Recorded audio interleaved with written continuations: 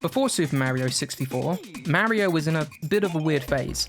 Commercially, 2D Mario games were performing very well, and while locked in their 1v1 with Sega, I believe Nintendo were at their most competitive. They were more willing to experiment with their ideas, creating games that, even by today's standards, are bizarre and distinct. This is really clear to see looking back from the modern era. I always wondered why Super Mario World was such an oddball when compared to the other course themes in Mario Maker 2. It never felt like it fit as well into the lineage of Mario games development, and moving forward, while the look of Super Mario World would be abandoned, many of its gameplay elements continued to inspire the franchise. Conceptually, Super Mario 64 aimed to transfer a 2D Mario platformer into a 3D space. Keep in mind, however, that at the time, no other developer had yet achieved this, and so they had absolutely nothing to reference. I believe that, while they were breaking new ground, the devs at Nintendo felt less of an urge to make their new game visually distinct from the rest of the Mario franchise.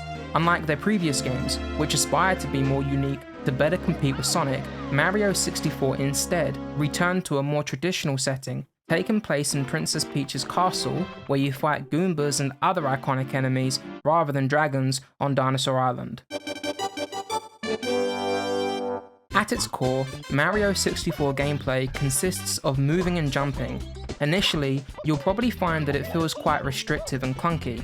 This is because Mario's movement was inspired by those 3D isometric games where you follow a set path through an environment. In Mario 64, you are often locked into a specific direction, which places a bigger emphasis on the timing of your jumps rather than the angle of them, especially during the triple jump, which only works on a set path. It will be during these earlier stages of gameplay where most players will decide to either get frustrated and give up, or practice and get better. And if you experience the former, I implore you to load this game back up and give it another shot. Every time you fall out of the map or off of the side of this stupid penguin slide, that's the Mario 64 experience. Contrary to what you might think, the physical objects in this game are not the most challenging obstacle to overcome, but rather, it's the mastery of Mario's movement which is the true challenge and talent of many of these renowned Mario 64 speedrunners. Don't worry about running out of lives, the game will just reset them to 4 when you reload your save file anyway, and besides, the consequences of losing all of your lives is just returning to the game's initial starting point. So don't be afraid to experiment. Towards the end of the game, you'll start putting off maneuvers you had previously thought impossible, and as you build up your arsenal of techniques, you'll start seeing multiple ways to overcome a single challenge. Like here for example, I can either do what the game wants me to do and mess around with these platforms, or just jump straight past it all and laugh at how easy this game is now. Understanding how the movement was inspired by these 3D isometric games, it's much easier now to see how the camera system turned out the way that it did. At the time, it was really revolutionary to be able to turn your camera at will, making it face whichever direction you wanted.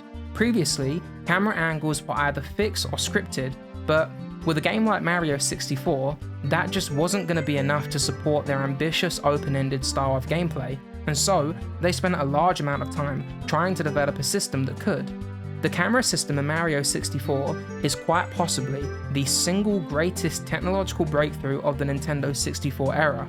While at times it can be frustrating to work with, as it doesn't quite offer the same freedom as modern camera systems, without this important step in gaming history, 3D games as we know them today would look and feel entirely different. Nintendo would go on to later refine and improve their camera systems, and so, there isn't really anything quite comparable to what you'll find in Mario 64. Again, having taken inspiration from isometric games, it will snap to particular angles to concentrate and direct your focus down various branching pathways, which doesn't always make for a perfect game experience, but certainly lays down a reliable foundation with camera controls that are both robust and predictable. At its worst, it will obscure your vision with objects getting in the way, or you may find it difficult to find where you're supposed to jump to next, but these seemed more like problems to do with their challenging level designs as opposed to a fault in the camera system. It would be a shame to end this review without mentioning its iconic musical score and sound design. Legendary composer Koji Kondo is back to further cement his name in gaming history, creating even more classic video game themes that, unbeknownst to him, would establish a cult following reaching far outside of the bounds of just the game itself.